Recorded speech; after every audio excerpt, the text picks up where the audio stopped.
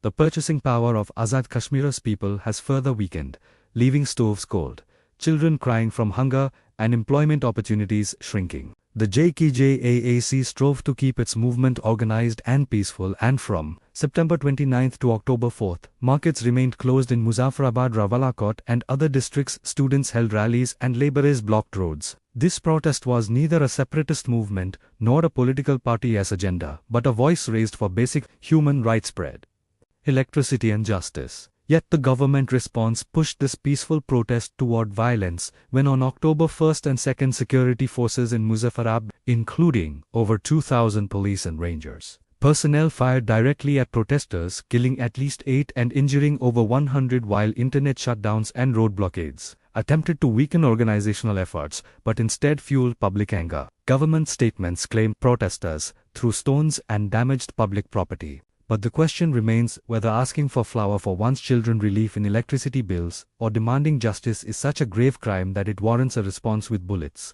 This government reaction is not new to the people of Azad Kashmir, as historically, there has been a tradition of suppressing protests with force in this region since the 1970s, silencing voices or deferring demands with temporary concessions. But today, as global economic downturns and local corruption have exhausted public patience, this movement is not merely a protest, but an awakening of collective consciousness. The current crisis in Azad Kashmir is not just the result of inflation or subsidy removal, but reflects years of accumulated deprivation, as this region, a vital energy source for Pakistan, continues to suffer from developmental backwardness despite its immense economic potential. A large portion of hydropower revenue flows into the federal treasury, while funds allocated for local development remain inadequate. For example, Mangla Dam, located on Azad Kashmir soil, generates billions of rupees annually without providing fair royalties or meaningful concessions to local communities. Similarly, despite having a higher literacy rate